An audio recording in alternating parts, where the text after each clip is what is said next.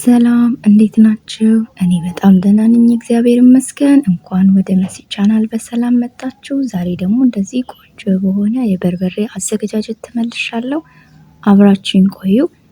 በመጀመሪያ እንደዚህ ግማሽ ኪሎ የሚሆን የቀይ ሽንኩርት እንደዚህ ልጬ አዘጋጅቻለሁ። በመቀጠል እንደዚህ ሁሉንም አዘጋጅቻቸዋለሁ። ነጭ ሽንኩርት ግማሽ ኪሎ ነው። ዝንጅብል ደግሞ ሩብ ኪሎ አዘጋጅቻለሁ። በሶ ቢላ አለው እና የጥብስ ቅጠልም እንደዚሁ ለብቻ አዘጋጅቻለሁ። ልጬ ነው ሁሉ ነገር የመጣሁትኝ። አሁን ቀይ ሽንኩርቱን ደግሞ ትንሽ ሸንሸን አደርገዋለሁ፣ ቆራርጠዋለሁ። እንደምታዩት እየቆራረጥኩት ነው።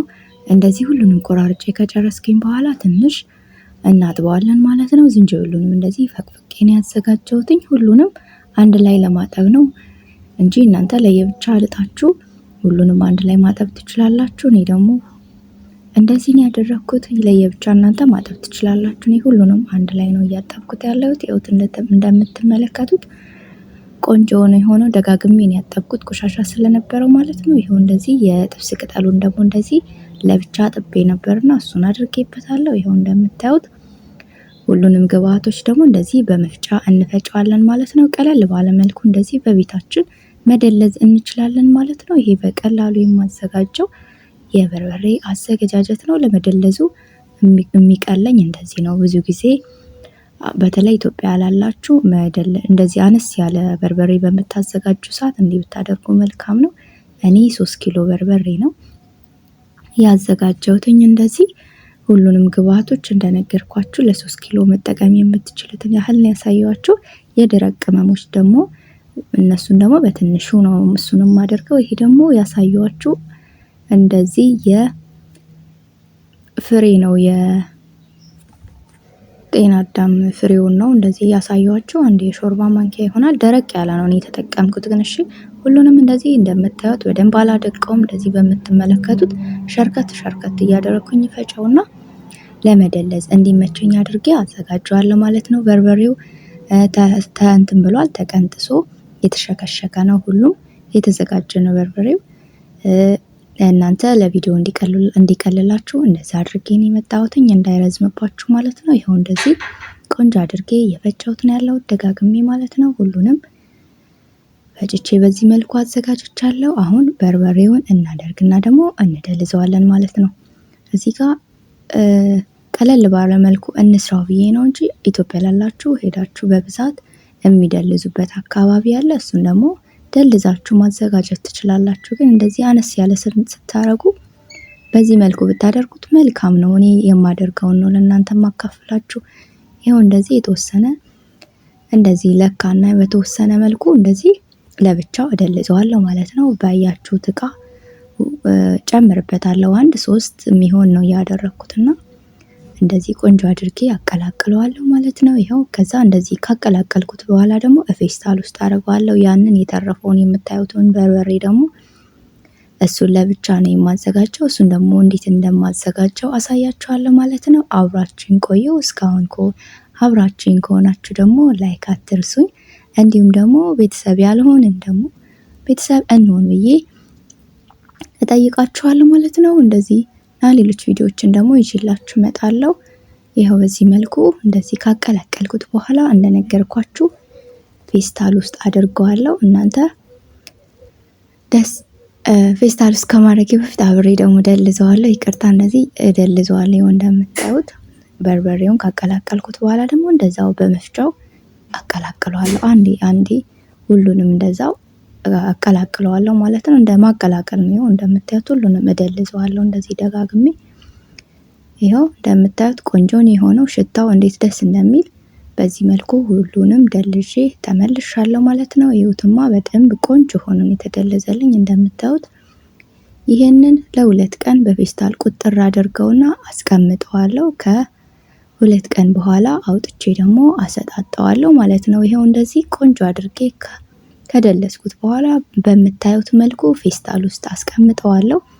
ቁጥር አድርጌ ፌስታል ውስጥ እዚህ ጋር ማለት እንደዚህ ለ2 ቀን ወይም ለ1 ቀን ማቆየታችን በደንብ ቅመሙን አግኝቶ ሽታውን ጣዕሙን እንዲያመጣልን ነውና እንደዚህ ቁጥር አድርጋችሁ ብታስቀምጡት መልካም ነው። ወይም በእቃው ላይ እንደዛው ሽፍን አድርጋችሁ ማስቀመጥ ትችላላችሁ።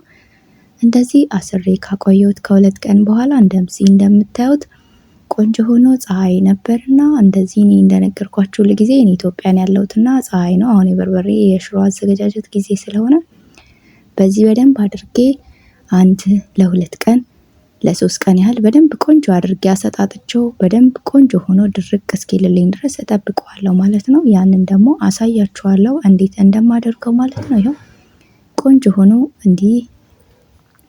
ሆኖ እንደዚህ ደርቆልኛል ማለት ነው። የወላችሁ እንደዚህ በ2 ቀን ማክሲመም 3 ቀን ያህል ቆይቷል። እንደዚህ ከ3 ቀን በኋላ ነው እንደዚህ ቆንጆ ሆኖ የደረቀልኝ በምታዩት መልኩ። ከዛ እንደዚህ ከደረቀ በኋላ እሱን ተወውና መጀመሪያ የተደለዘውን የቀረውን ያልተደለዘውን ፓርት ደግሞ እንደዚህ ፀሐይ ላይ አሰጣጥቼዋለሁ ቀደም ብዬ። ከዛ ከሱ ላይ ደግሞ የተወሰነ አነሳለትና እኔ ብዙ ጊዜ በርበሬ ሳዘጋጅ የተወሰነ ትንሽ አምሳለሁና ምጣዴን ትንሽ ለኮስ አድርጌው የተወሰነ ጋል ካለ በኋላ አጥፍቼዋለሁ። በጣም ከጋለ ያራል ወይም ደግሞ ይቃጠላልና በርበሬው ለዛ እንደዚህ ምጣድ ላይ አደርገዋለሁ። እንደዚህ በምጣዱ ላይ ደግሞ ትንሽ አመስ አደርገዋለሁ ማለት ነው። ይኸው እንደምታዩት ቆንጆ ቃና ቆንጆ ሽታ ነው የሚኖረውና እንደዚህ አምሳችሁ ማትጠቀሙ ከሆነ እስቲ አምሳችሁ እንደዚህ ሞክሩት። እሺ በጣም ነው የሚጣፍጠው። እንዴት ደስ እንደሚል ልነግራችሁ አልችልም። ይኸው እኔ ብዙ ጊዜ አያቴ ስታዘጋጅ እንደዚህ ነው የምታዘጋጀውና ከሷ ነው ይሄን ነገር የወሰድኩት። እዛ እንደዚህ አምስት አድርገዋለሁ። አሁን ላይ ይቀርቷል መሰለኝ እንደዚህ ማድረግ። እኔ ግን ያው ደስ ይላል ጣዕሙ። ብትቀምሱት ደግሞ በጣም ቆንጆ ነው፣ አያቃጥልም። እዚህ ጋር እንደዚህ የሚያቃጥል ከመሰላችሁ ኦሬዲ ትንሽ ጋል ካለ በኋላ አጥፍቼው ነው እንደዚህ ምጣዱን ካጠፋሁት በኋላ ነው እንደዚህ እያመስኩት ያለሁት። ይኸው እንደምትመለከቱት ካመስኩኝ በኋላ እሱንም አስቀምጠዋለሁ ወደ ጎን። እንደዚህ የተፈለፈለ ኮረሪማ ነበር። እንደዚህ ሩብ ኪሎ የሚሆን ኮረሪማን የተጠቀምኩት ያው ለ3 ኪሎ ስለሆነ ቅመማ ቅመሙ እንዳይበዛብኝ ነው። እኔ ደረቅ ቅመማ ቅመሞችን ብዙ አላበዛም። ታዩታላችሁ የምጠቀመውን ያህል እንደዚህ የተፈለፈለ ነው። ሩብ ኪሎ የሚሆን እንደዚህ ያደረኩትኝ። ያልተፈለፈለ ከሆነ ደግሞ ጨመር አድርጉበት፣ ለምን ገለባው ስላለ ያንሳልና። ይሄው በዚህ መልኩ ደግሞ እንደዚህ ነጭ አዝሙድ ተጠቅሜያለሁ። ነጭ አዝሙድም እንደዚሁ በሾርባ ማንኪያ ነው የለካሁት። 2 የሚሆን ሾርባ ማንኪያ ነው ያደረኩበት። እኔ ብዙ የደረቅ ቅመሞችን አላበዛበትም። ዋናውን ኮረሪማ ነው በደንብ የማበዛበት። በዚህ መልኩ እንደዚህ ቆንጆ ሆኖ ከለሩ እስኪቀይር ካመስኩት በኋላ እሱንም እንደዚህ አበጣዋለሁ ማለት ነው። አሁን በመቀጠል ደግሞ ያዘጋጀሁትን ደግሞ የጥቁር አዝሙድ ጨምርበታለሁ። የጥቁር አዝሙድንም እንደዛው በሾርባ ማንኪያ ልኬት 2 አደርግና እሱንም እንደዚሁ አመስ አድርገዋለሁ። ይሄው በዚህ መልኩ ቆንጆ ሆኖ አመስ አድርጌው በዚህ መልኩ ሆኖልኛል ማለት ነው። አሁን ደግሞ በመቀጠል ማዘጋጀት ወይም ደግሞ መጨመር የፈለኩትን ደግሞ አሳያችኋለሁ። ጨው ነው ዋናው ግብአት ደግሞ ጨው ነው። ጨውን ደግሞ የሩብ በግማሹ ሩብ ነው። ሩቡ የሆነውን ግማሽ ከፍዬ ነው ያደረኩትኝ። ብዙ ጨው አላደርግበትም። ያው ጨው ሲበዛ ትንሽ ይነጣል አይደለ? እሱን ካመስኩት በኋላ እንደዚህ አደርገዋለሁ ማለት ነው። ሁሉንም ጥቁር አዝሙድንም እንደዚሁ ነጭ አዝሙድንም እንደዚህ አደርግበታለሁ። በመቀጠል ያዘጋጀሁትን ኮረሪማ ደግሞ እንደዚህ ሩብ ኪሎ የሚሆን ኮረሪማ ነው እንደነገርኳችሁ፣ እሱን እንደዚህ ጨምሬበታለሁ። አሁን በመቀጠል ቀደም ብዬ ያመስኩት አለ አይደለ? እሱን ደግሞ አድርጌበታለሁ። እንዲሁም ደግሞ የደረቀውን ከላይ ያለውን መጀመሪያ ያልተደለዘውን ደግሞ እሱንም እናደርግና ሁሉንም እያንዳንዱን እናቀላቅለዋለን ማለት ነው። እንደዚህ ካቀላቀልኩኝ በኋላ ወደ ወፍጮ ቤት ነው የምወስደው ማለት ነው። እናንተ ደግሞ ያው የራሳችሁ መፍጫ ካላችሁ ፈጭታችሁ ማዘጋጀት ትችላላችሁ። ያው እንደነገርኳችሁ እኔ ኢትዮጵያ ስላለው በወፍጮ ነው የማስፈጫው። ቆንጆ አድርገው እስኪፈጩልኝ ደቀቅ አድርጎ እንዲፈጭልኝ አደርጋለሁ። በዚህ መልኩ ደግሞ የቀረኝ መጨረሻ ላይ ጨው ነው የማደርግበት። ያው ጨው አንዳንዴ መብራት ሊጠፋ ስለሚችል ኢቭን ጨውን ባጨምሩበት መልካም ነው። ያው ጨውን ይዛችሁንም መሄድ ትችላላችሁ። እኔ ግን ያው እንግዲህ ላይጠፋ ይችላል እንዳይበላሽባችሁ እንደዛ አታድርጉ። እኔ አጋጣሚ እግዚአብሔር ረድቶኝ ሳይጠፋ ነበር መብራት ያስፈጨሁትኝ። በዚህ መልኩ ጨውን ጨምሬበታለሁ። እናንተ ግን እንደዚህ ባታደርጉ መልካም ነው፣ ያው ኢትዮጵያ ካላችሁ ማለት ነው። ቆንጆ ሆኖ እንደዚህ ተፈጭቶልኝ ተመልሻለሁ ማለት ነው። ያው በዚህ መልኩ ቆንጆ ሆኖ ከለሩ፣ ሽታው እንዴት ደስ እንደሚል ልነግራችሁ አልችልም። በዚህ መልኩ የበርበሬ አዘገጃጀት ካልሞከራችሁ ደግሞ ሞክሩት ብዬ አካፍላችኋለሁ። ይህ የኔ ቤት በኔ ቤት የማዘጋጀው የበርበሬ አዘገጃጀት ነው። በዚህ መልኩ ሰርቼ አዘጋጅቼ ጨርሻለሁ ማለት ነው። አጋጣሚ እንጀራ ጋግሬ ነበርና በትኩስ እንጀራ ነው የተሞከረው። እንደዚህ ከለሩ እንዴት ደስ እንደሚል ሽታው ሞክሩት። በዚህ መልኩ ካላዘጋጃችሁ ሞክሩት ብዬ እጋብዛችኋለሁ ማለት ነው። በጣም በጣም ነው የሚጣፍጠው። ሽታው ቤቱን እንዴት እንዳወደው ልነግራችሁ አልችልም።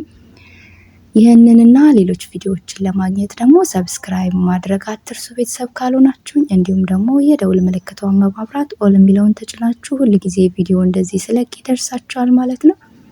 ላይክ አትርሱ። ስላያችሁኝ አመሰግናለሁ። በሌላ ስራ በሌላ ቪዲዮ እስክንገናኝ ድረስ መልካም ጊዜ